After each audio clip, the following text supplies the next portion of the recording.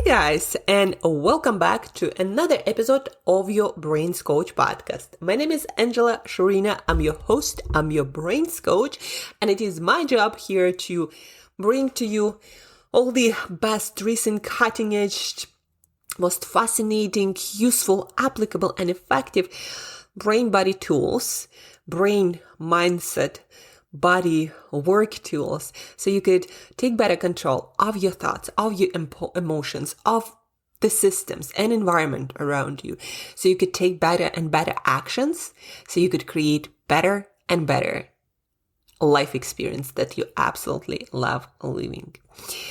Guys, today it's going to be a mix of productivity tools, which is actually just one productivity that will help you to build more fulfilling life, better working, more thriving business. On the mindset side, today we're going to start our conversation about uncertainty and navigating failure. And it's going to continue into the next week. On one of the days of the week, we're going to have a couple of authors on our podcast who study and work in uncertainty.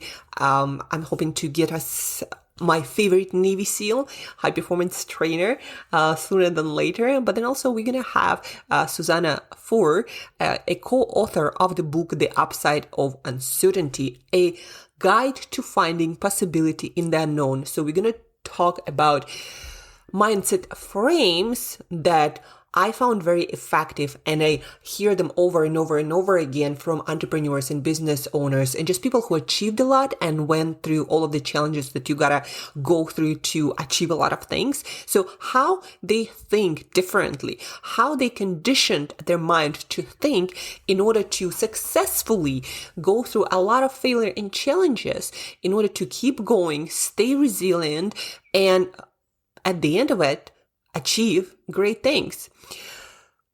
You're not gonna get stronger by lifting lighter weights. And in life, guys, it's exactly the same.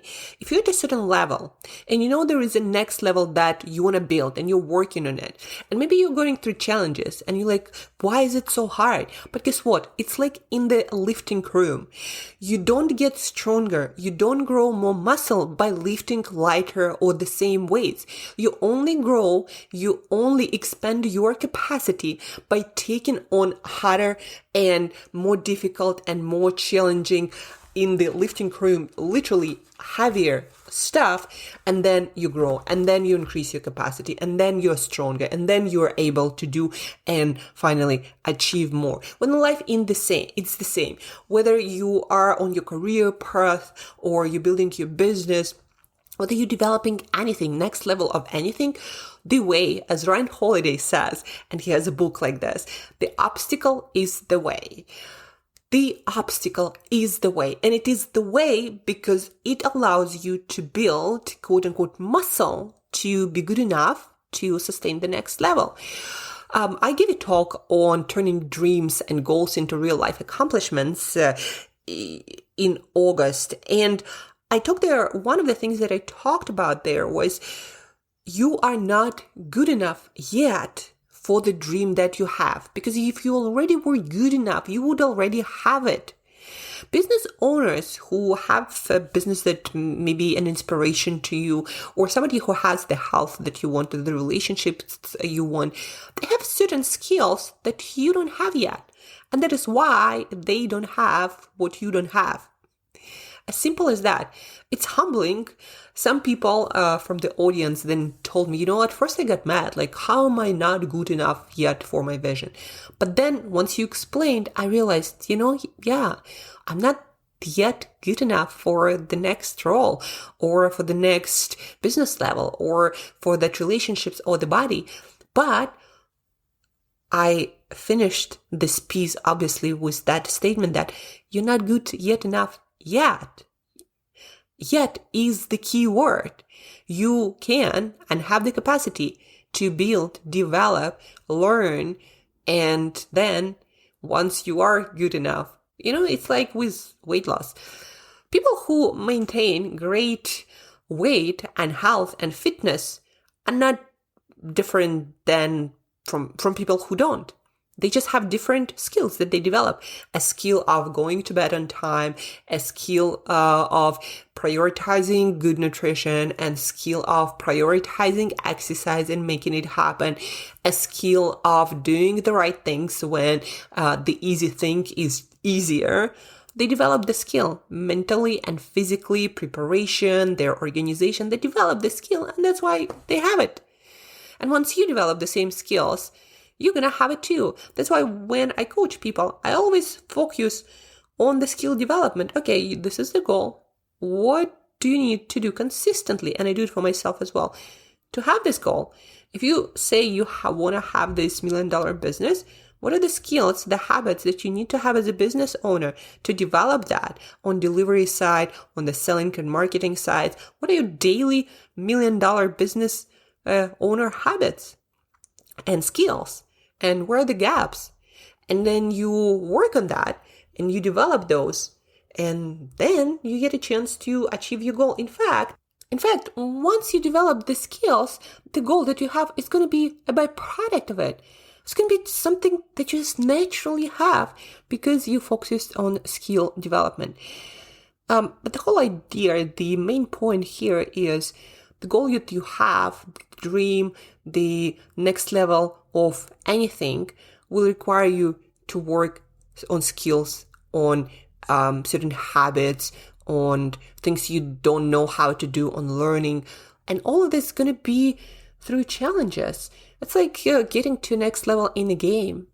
In order to get to the next level and beat the next dragon, you need to develop some skills, some chops. And once you develop them, then you can beat the dragon. So the same here. Every treasure next level in your business or personal or fitness health game is guarded by this dragon or problem or challenge that you need to build skills to overcome, to beat, to win. And then you're going to have your goal.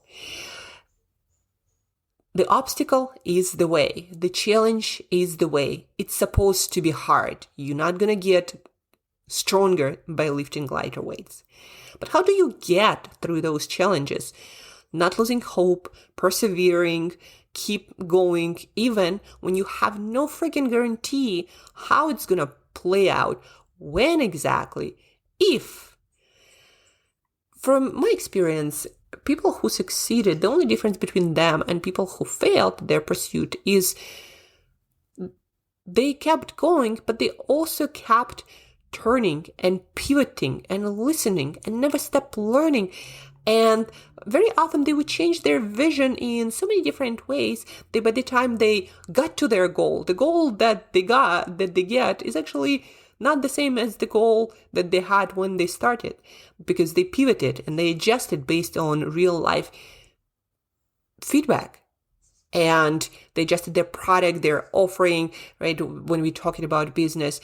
But anyhow, they kept learning. And so getting into the mindset toolkit of today, in order to get through a lot of failures, a lot of challenges, you need to adopt this framework of learning. One of the frameworks that I learned from high performance trainers and authors like Susanna Foer, who wrote the book, The Upside of Uncertainty, which, by the way, Susanna, we're going to have on our podcast very soon. So learning frame. Right? Not every challenge at all you're going to win, but at every challenge there is an opportunity to learn. Every day, in fact, you can learn something new. And people who move really fast through challenges and achievements learn super fast. That's why for me, what was the major transition this year is focus on learning. Every single obstacle, every single day, whatever the interaction is, this cold call or the email or the system that you need to learn, focus on learning. You're not great at it at all. There is a challenge. You need to figure out how to accomplish it. But first and foremost, you need to learn to upgrade your skill set in order to be good enough for the goal that you say you want. So everything is a learning opportunity. Something didn't work out, lean in, ask, why didn't it work out? How can I make it better? What do I need to learn? What do I need to understand better? What do I need to change to learn? The purpose is to learn. Getting is going to be byproduct of when you learn enough to get good enough, right? So learning is the major purpose of anything in life. If you are not learning, you're not living. The purpose of life is to learn. Then the second frame that helped me and so many other successful people that I listened to and talked to and even worked with, this idea of life and business and all of the goals that we have for ourselves, this idea that it's all a game, an infinite game of getting better, of getting points, of getting another chance, of getting another life. It's all a game. From the perspective of the universe, you're this like speck of sand that means nothing in the universal scale. And so once you understand that it's all a game, yes, you can die and things cannot work out and things can really hurt because you are the player, you are that character playing it. But if you adopt it as this mindset of game, then all of it gonna feel lighter, and all of the challenges and all of the failures, you're like, I got another chance to go through this level and I didn't pass it, but there is another chance, I have another life and I'm still up and I can get at it again. And when you chip away one milestone, you're like, I got my points, let me go again, right? So it's all a game. And the reason why it's so important to adapt all these different ways of thinking of failure and challenges is because psychologically it makes it so much easier, and your psychology will define how your body feels. Guess what, guys? Stress can be good for you, for your health even, or it can be bad and it can make you sicker and weaker. And the only difference is how you think about that. Is it a challenge that you have the resources to overcome? Is it going to make you stronger? Is that the belief that you have? Or is it something that potentially can kill you? And your body literally reacts differently, like the blood circulation, the inflammation levels, how your immune system reacts, depending on the belief that you have about challenges. And also, you're going to have less energy when you believe that it's just so stressful and you don't want to deal with that and it can kill you, etc. So that actually makes your whole nervous system work overtime and waste a lot of energy. And that's going to make you even more fatigued and tired, and the whole pursuit of your goals even more challenging. And it's like this vicious cycle. And the byproduct of that going to be is you quitting, because it's just going to become impossible at some point. So that's why it's so important to change your psychology first, because it will change your biology, and that will change your actions, and that will change your destiny. So learning, game. Another one is focusing on gratitude. Like every day you wake up, yes, you don't have like what, Kardashians have, or the most, whoever you admire. You might not have that. You might have millions and billions, but guess what? You probably have amazing people around you, family, house, the work where you deliver value that you might love, or that you have work, that you have this ability to be healthy and wake up and walk and have the opportunity to pursue big dreams and goals if you choose to. You are healthy. Like there are so many things to be freaking grateful about. There is this saying, any day is a good day as long as I'm above the ground. So the more you approach life with this gratitude and like, I'm so freaking happy that I just have this and I have the freedom to pursue what I want to pursue. Like life is so gracious with giving us all that we need to get to our next level. So just being grateful more. And another frame that has been coined by Dan Sullivan, the co-founder of Strategic Coach, one of the biggest companies, coaching companies for entrepreneurs who want freedom and want to build big businesses that stand the test of time, right? So Dan Sullivan has this book, Gain versus Gap, or the book is about focusing on what you are gaining every day, like the learnings, the progress, always looking at, a year ago, my business had nothing. And this year, I have 2 big clients, I have more conversations, and people potentially becoming clients, and all these different projects in the new website building and speaker reel and all these great things that I'm working on. I'm super excited about, right? Just the year. Yes, I am so far from what I want to achieve, but I also made so much progress. And where I was in life 3 years ago, where this like whole heart thing started, and mentally, like I grew so much. The more you focus on the gain, on how you're progressing and growing, the more gratitude you're going to have, and the more energy you're going to have, and self-belief, self-confidence, then you can achieve great things. So gain versus gap. And then Sullivan in the book emphasizes this idea that entrepreneurs who are able to stay resilient and go through a lot of challenges and failure and keep going until they succeed to their personal level of success, right? Their vision.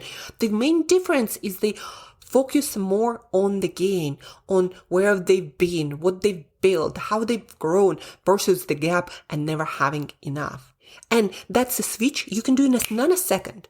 You can start focusing on gaining, on gratitude, on growth, on learning, on what kind of person you becoming, a better, a more mature, wiser person. If you focus on that, there is so much strength and resilience and confidence that's going to radiate through you that no obstacle will be unstoppable. You'll feel just so empowered, and people will feel that around you, and people will want to connect and give you opportunities and help you and go with you on a journey. So don't underestimate the energy that you hold inside, and that energy comes from the mindset and what you constantly think. And again, the beautiful thing about that is that you can switch, you can change your mindset in a moment. Now it takes work to make it permanent, to make it your second nature.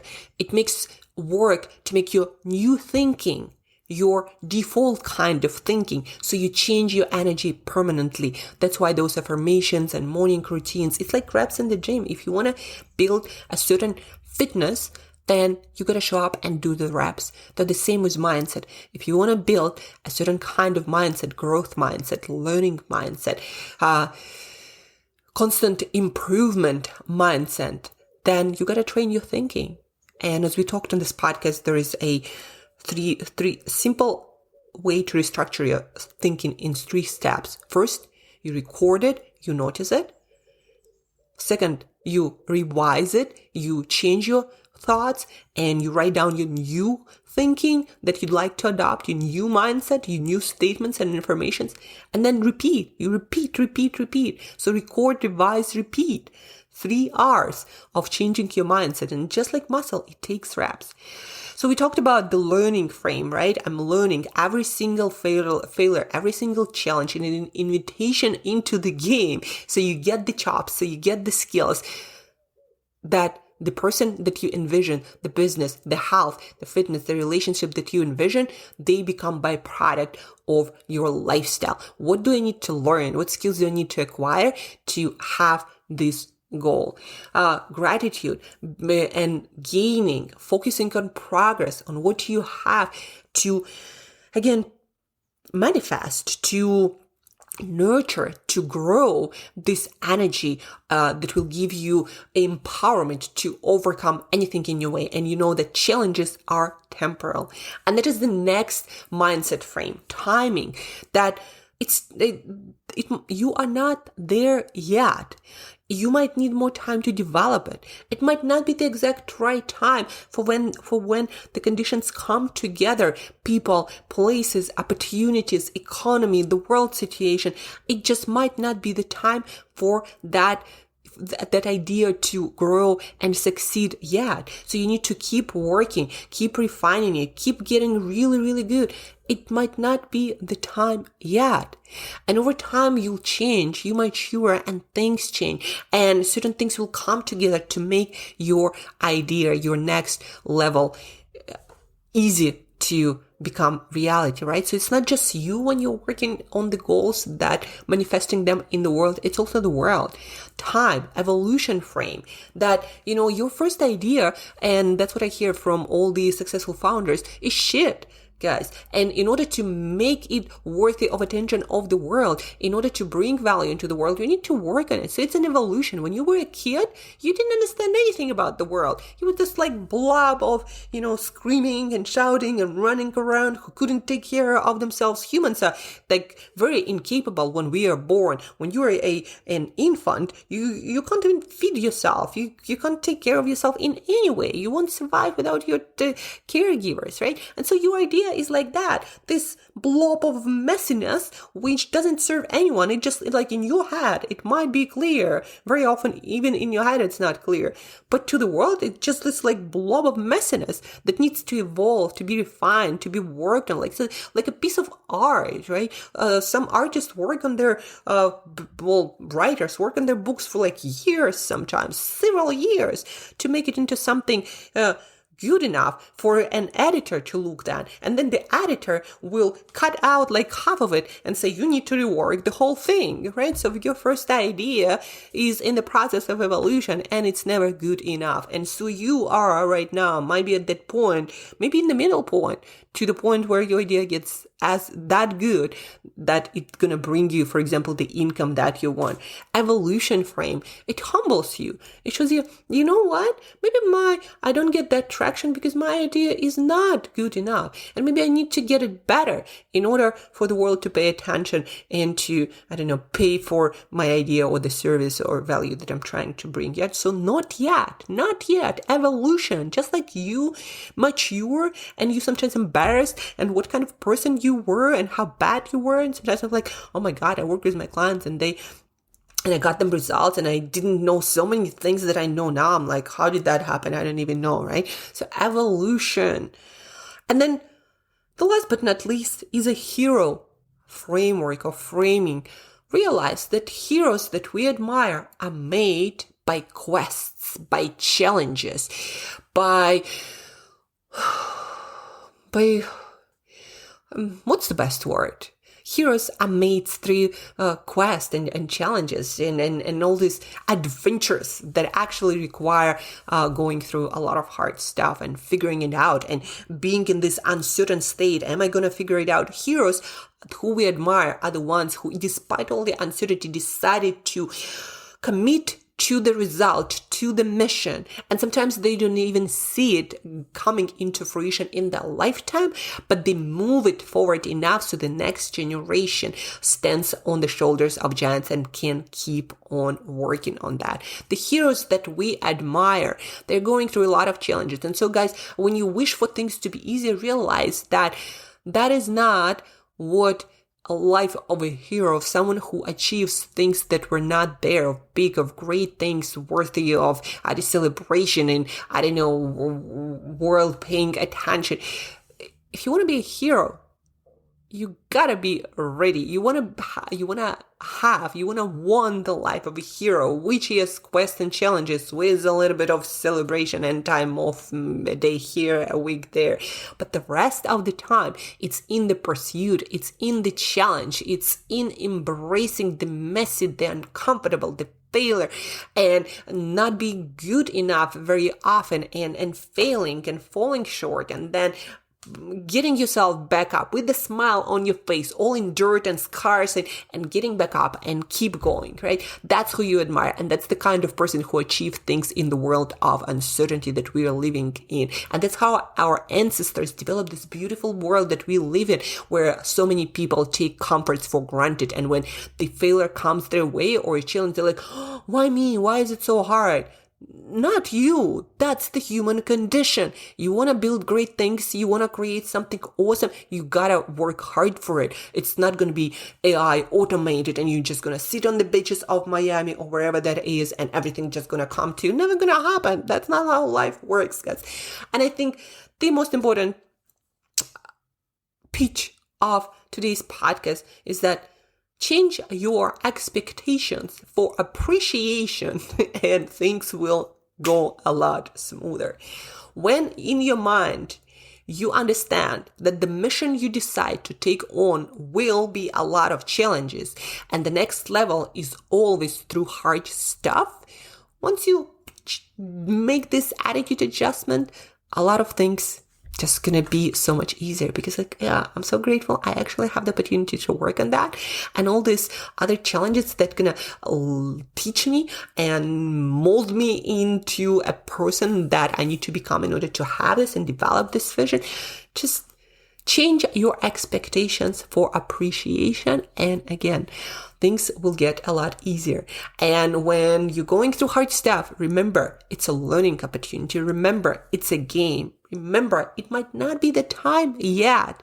And just like a human, you need to evolve it from a messy baby to a mature, wiser version of your vision. So not yet. Keep working on it.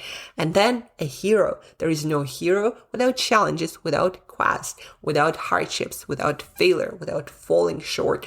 No muscle is built by lifting lighter weights. So that is the mindset part of today's podcast. And to finish it off on the productivity side, guys, there is no chance you'll be able to do everything. And there is no chance you'll be able to stand out and keep your sanity and make something awesome happen if you don't focus. And the first step to focus is be very clear about what you're about, what the vision you are about, and what you're not. And I love this frame from Alex Hormozy. There might be a ton of great opportunities. You might hear them every single day. But you gotta be able to say, that is a great opportunity, but it is not my opportunity. The more you can carve out your niche and show off your uniqueness and make it really stand out and deliver certain value in a very unique way that only you can do, the easier it's gonna become for you to deliver great value, to separate your service or product from all the people, your pitch. Don't try to be everything for everyone. Become so unique and irreplaceable that the world gonna come to you. And the byproduct of that gonna be meaningful productivity, not because you're able to tick off more boxes than all the other people, or you automated stuff to the point of things just, happening for you somehow. You're not gonna be the best in running thousands of emails. No, your productivity gonna come from having a lot more time, resources, and space for working on the few things that matter versus all of the things that are interesting, exciting, great opportunities, and you could be working on.